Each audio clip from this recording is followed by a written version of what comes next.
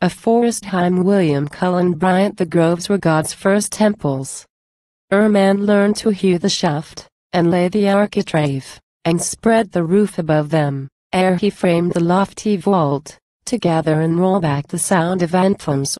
In the darkling wood, amidst the cool and silence, he knelt down, and offered to the mightiest solemn thanks and supplication. For his simple heart might not resist the sacred influences which, from the stilly twilight of the place, and from the gray old trunks that high in heaven mingled their mossy boughs, and from the sound of the invisible breath that swayed at once all their green tops, stole over him, and bowed his spirit with the thought of boundless power and inaccessible majesty. Ah, why should we, in the world's riper years, neglect God's ancient sanctuaries, and adore only among the crowd, and under roofs that our frail hands have raised?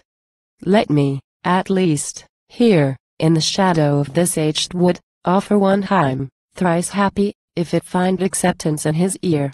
Father, thy hand hath reared these venerable columns, thou didst weave this verdant roof. Thou didst look down upon the naked earth, and, forthwith, rose all these fair ranks of trees.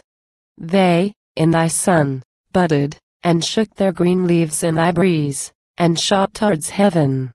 The century-living crow, whose birth was in their tops, grew old and died among their branches, till, at last, they stood, as now they stand, massy, and tall, and dark, fit shrine for humble worshipper to hold communion with his Maker. These dim vaults, these winding aisles, of human pomp or pride report not.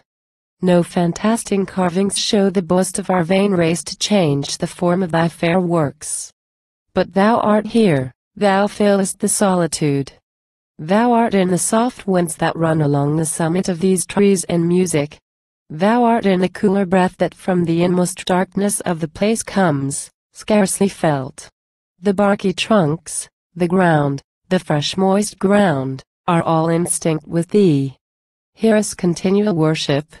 Nature, here, in the tranquility that thou dost love, enjoys thy presence. Noiselessly, around, from perch to perch, the solitary bird passes, and yon clear spring, that, midst its herbs, wells softly forth and visits the strong roots of half the mighty forest, tells no tale of all the good it does. Thou hast not left thyself without a witness, in these shades, of thy perfections. Grandeur, strength, and grace are here to speak of thee. This mighty oak, by whose immovable stem I stand and seem almost annihilated, not a prince, in all that proud old world beyond the deep, wore his crown as loftily as he wears the green coronal of leaves with which thy hand has graced him. Nestled at his root is beauty, such as blooms not in the glare of the broad sun. That delicate forest flower with scented breath, and looks so like a smile, seems, as it issues from the shapeless mood, an emanation of the indwelling life, a visible token of the upholding love, that are the soul of this wide universe. My heart is awed within me when I think of the great miracle that still goes on, in silence, round me, the perpetual work of thy creation, finished, yet renewed forever. Written on thy works I read the lesson of thy own eternity. Lo! All grow old and die, but see again, how on the faltering footsteps of decay youth presses, ever gay and beautiful youth in all its beautiful forms. These lofty trees wave not less proudly that their ancestors moulder beneath them. Oh, there is not lost one of earth's charms, upon her bosom yet, after the flight of untold centuries, the freshness of her far beginning lies and yet shall lie. Life mocks the idle hate of his arch-enemy death, yea, seats himself upon the tyrant's throne, the sepulchre, and of the triumphs of his ghastly foe makes his own nourishment. For he came forth from thine own bosom, and shall have no end.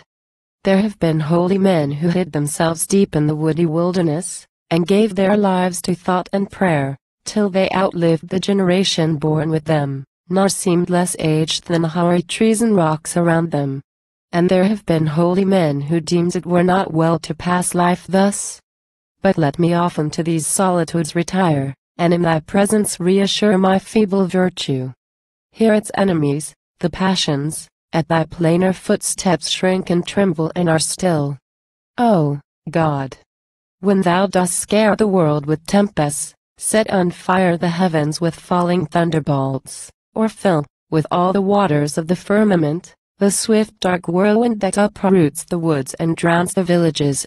When, at thy call, uprises the great deep and throws himself upon the continent, and overwhelms its cities, who forgets not, at the sight of these tremendous tokens of thy power, his pride, and lays his strifes and follies by. Oh, from these sterner aspects of thy face spare me and mine, nor let us need the wrath of the mad unchained elements to teach who rules them. Be it ours to meditate in these calm shades thy milder majesty, and to the beautiful order of thy works learn to conform the order of our lives.